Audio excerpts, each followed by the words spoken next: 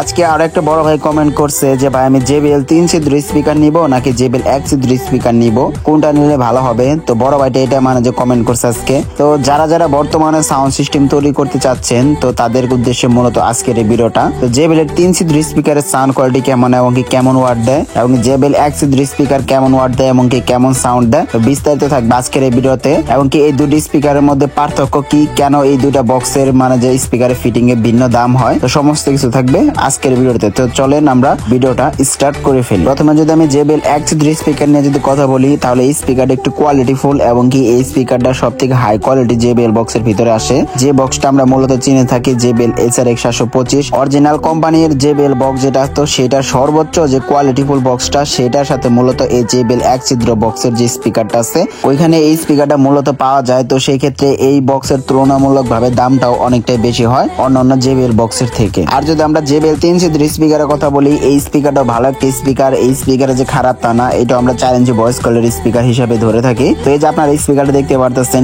এই স্পিকার দিয়ে যদি JBL SRX 725 বক্সটা যদি ফিটিং হয় সেক্ষেত্রে এটা প্রাইস ওই বক্সের থেকে সর্বনিম্ন 10,000 টাকা হলেও কম হয়। সেটার কারণ হচ্ছে এটাতে ক্রস ওভার ভিন্ন করা হয়, এটার স্পিকার কোয়ালিটি চেঞ্জ করা হয়, বাট এটার বডি এবং কি 44XT হাই দুইটাই সেম থাকে। বাট ওইটার JBL 1 ছিদ্র থেকে যদি JBL 3 ছিদ্র স্পিকার ব্যবহার করা হয় সেই ক্ষেত্রে এটা প্রাইস একটু তুলনামূলকভাবে কম থাকে। তবে কি কারণে কম থাকে তো চলেন আমরা এখন সেটা জেনে নিই। আমরা সবাই তো যারা যারা সাউন্ড সিস্টেমে কাজ করি তো সবাই তারা একটা জিনিস অন্ততপক্ষে ভালোভাবে জানে যে একটা স্পিকারের ক্ষেত্রে ডিবি হয়, সেন্সিটিভিটি হয়, ওয়াট হয়, তো এরকম যে আপনার ফ্রিকোয়েন্সি গুলো হয়, তো এইগুলা একটা স্পিকারের মধ্যে সব থেকে বেশি দেওয়া থাকে। তো এইগুলা যদি না হয় তাহলে স্পিকারের কিন্তু কোনো মূল্যই থাকে না। ফ্রিকোয়েন্সি, রেঞ্জ, ডিবি, ওয়াট এগুলা থাকবে কম আর বেশি। তবে এই যে JBL 1 ছিদ্র যে স্পিকারটা আছে তো এটার ভিতরে যে সেন্সিটিভিটি যেমন ডিপি যেমন ফ্রিকোয়েন্সি এবং কি ওয়াট যেরকম দেওয়া আছে তার থেকে কিছু কম, মানে যে তার থেকে কিছু কম জিনিস দেওয়া আছে JBL 3 ছিদ্র স্পিকারের ভেতরে, যে জন্য ওইটার থেকে কোয়ালিটি একটু ভিন্ন।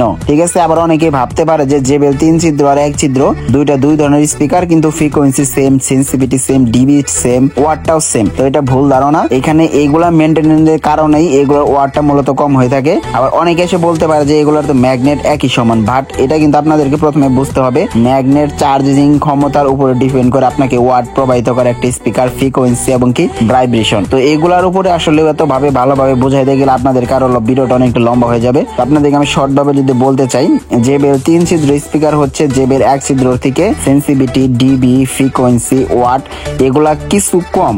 যদি এগুলো 100 করে থাকে তাহলে মনে করেন এগুলো 80 বা 85 করে আছে, যে কারণে ওটা থেকে এটা ডিবি কম। তো এখন আসি যে আপনারা বাংলাদেশ থেকে যদি একটা বক্স ফিটিং করতে চান তাহলে আপনারা কোন স্পিকারটা ইউজ করবেন। আপনাদেরকে আমি প্রথমে বলি এই দুটি স্পিকারই ভালো স্পিকার 4 ইঞ্চি ভয়েস কলের ক্ষেত্রে এবং কি মিড রেঞ্জের স্পিকারের ক্ষেত্রে দুইটাতে ব্যাসের সাউন্ড, মিডের সাউন্ড অনেক সুন্দর পাওয়া যায় এবং কি লং থ্রু অনেক সুন্দর আছে। যদি আপনারা যদি JBL এর স্পিকার যদি আপনারা অবভিয়াসলি ব্যবহার করতে চান এবং কি এই দুটি স্পিকার যদি ব্যবহার করতে চান তাহলে আপনাদের যদি 500 বা 1000 টাকা বাজেট বেশি থাকে অবশ্যই আপনারা JBL 1 ছিদ্র স্পিকার যেটা আছে তো সেটা চুজ করে নেন। এবং যদি বাজেট যদি কম থাকে তবে সেটার রেঞ্জের ভিতরে আপনারা JBL 3 ছিদ্র স্পিকার নেন, ওইটা বেশি ভালো হবে। কারণ কোনোটার থেকে কোনো অংশে কোনো স্পিকার কম না, আহামরি সাউন্ড কোয়ালিটিতে ডিফারেন্ট আপনারা হবে না। দুইটা স্পিকারে আপনারা ডেল্টার মতো বড় বড় এমপ্লিফায়ার দিয়ে আপনারা প্রেসার দিতে পারবেন, সহজে কাটতে পারবেন না, কারণ দুইটা স্পিকারে পারফরমেন্স করা। তো অবশ্যই আপনারা বুঝতে পারছেন আজকের ভিডিওটা। তো তারপর যদি কারো ডাউট থাকে অবশ্যই আপনারা কমেন্টে জানাতে পারেন, নেক্সটে ওই কমেন্টে রিপ্লাই ভিডিও হবে।